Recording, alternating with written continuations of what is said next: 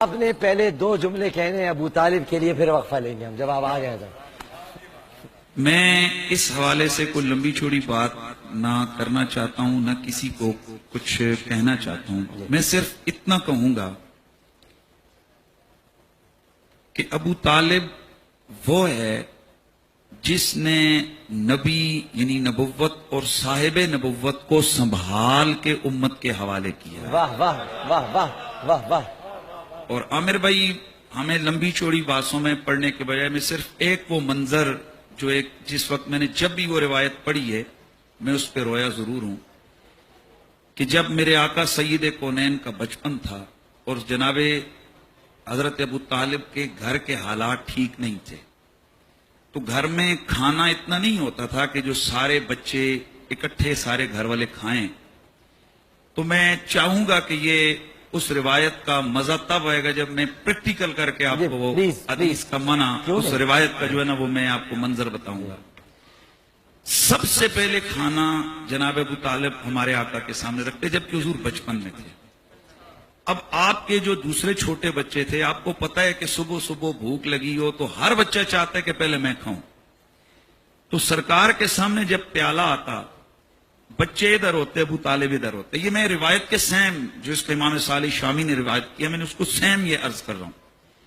حضور کے سامنے رکھ کر کہتے کہ میرے پیارے محمد کھاؤ۔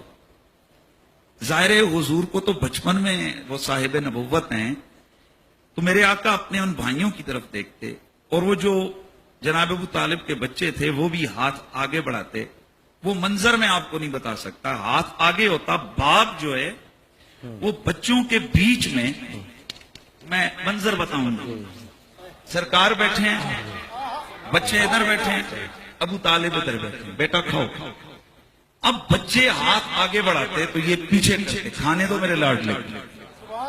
اور اگلا جو منظر ہے کہ بعض اوقات ایسا ہوتا کہ یوں بچوں کے آگے بیٹھتے اور سرکار سے عرض کرتے کہ آپ کھائیں۔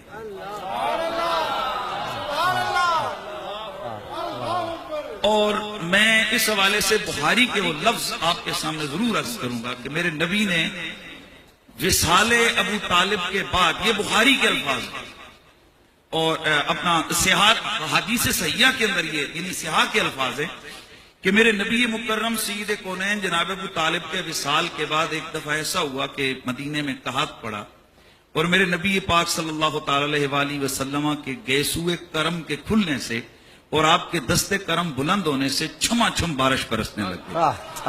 جب آپ کا یہ معجزہ حضور کے سارے صحابہ نے دیکھا، اس وقت میرے آقا نے ایک لفظ بولا، الفاظ بولے تھے۔ میرے آقا نے فرمایا تھا للہ در ابی طالب لو کان حیا لقرت عینہ۔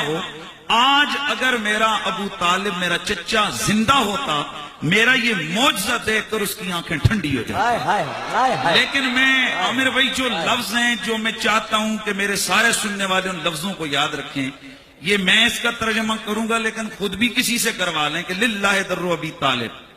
یہ تقریباً اہل سنت کی معتمد علیہ 25 سے زائد کتابوں کے اندر موجود ہے، جن میں سیرت کی کتابیں بھی ہیں اور حدیث کی کتابیں بھی ہیں، کہ حضور نے فرمایا اللہ بھلا کرے ابو طالب کا، اللہ اکبر، اللہ للہ در ابی طالب، اللہ بھلا کرے ابو طالب کا۔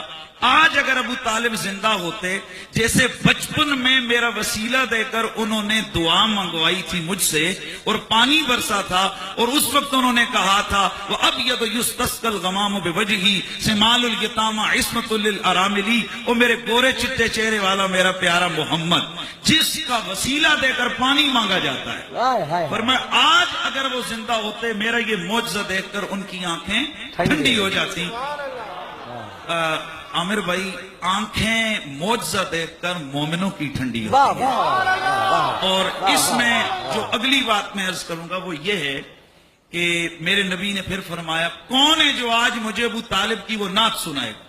اللہ اکبر۔ اور میں یہاں کے اس پروگرام کی وساطت سے عرض کرنا چاہتا ہوں کہ محفل نعت ہم بہت کرتے ہیں، لیکن کبھی رسول کے پہلے ثنا خان کا ذکر تو کریں کہ میرے نبی کی پہلی نعت کہنے والا حضور کا چچا ابو طالب ہے، بے شک۔ اور میں اگلا جملہ آپ کو کمال کی بات بتانے لگا ہوں۔ جناب حضرت حسان بن ثابت میرے حضور کے وہ ثنا خان صحابی کبھی حضور یہ بھی تو دیکھیے کہ جناب حسان نے نعت رسول لکھتے ہوئے کس کے کلام پر تضمین لکھی؟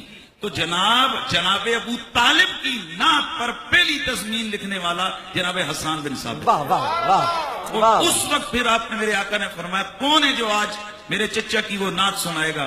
حضرت اچھا یہ جو الفاظ ہیں یہ بخاری کے اندر موجود ہیں. حضرت علی کھڑے ہو گئے. یا رسول اللہ کیا آپ سے کی مراد وہ ہے اب یہ تو یستسقى الغمام وجی؟ فرمایا ہاں سناؤ. اللہ اکبر. ابو طالب کی نعت ان کا بیٹا مولا علی مدینے کے سلطان کو سنا رہا تھا اور آقا ابو طالب کو رو کر یاد کر کے آنسو بہا رہے تھے. اللہ آج اللہ. اگر ہم ان کو یاد کر لیں تو یہ سنت رسول ہے. اور اس میں عامر بھائی کسی کو کوئی آج تک ڈاؤٹ کے شک نہیں ہے کہ عام الحزن منایا گیا. پورا سال میرے نبی نے غم کیا. ویسے 3 دن کا غم ہے روایات میں موجود ہے پر میرے نبی نے 2 ہستیاں وہ ہیں کہ جن کا پورا سال غم کیا. غم کا سال کرا. تو میں یہ بھی کہنا چاہتا ہوں کہ بخاری مسلم ترمذی کی صحیح روایات موجود ہیں کہ کسی کافر کے مرنے پہ آپ افسوس نہیں کر سکتے ہیں یا اس کے ساتھ محبتوں کے اظہار نہیں کر سکتے ہیں. تو یہ جو سارا سال میرا